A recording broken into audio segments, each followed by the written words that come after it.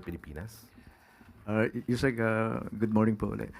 Yusek, kakamustahin lang po yung turnout nung launching ng pagsisimula ng 20 pesos per kilo ng bigas. Ano pong feedback pati doon sa quality ng rice na ipinamahagi kahapon? Nakita po natin, lalong-lalo na po sa mainstream media, na napakarami pong nag-avail, marami pong pumila, marami pong nakinabang sa mga kababayan natin sa Cebu at nakabili po ng bigas na 20 pesos po kada kilo.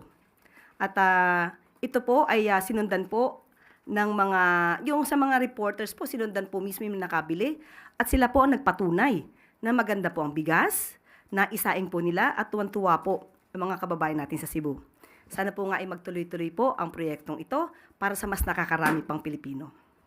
Bali patunay na dito, Yusek, doon sa parang kontra na din doon sa mga naunang pananabotahe sa programa natin. Ano? Opo. Kung ito naman po ay hindi manggagaling din naman sa mainstream media at mga responsible social media content creators, huwag niyo na pong paniwalaan yung mga fake news peddlers. Paniwalaan po natin kung ano po yung nakikita natin sa mga news na may kredibilidad.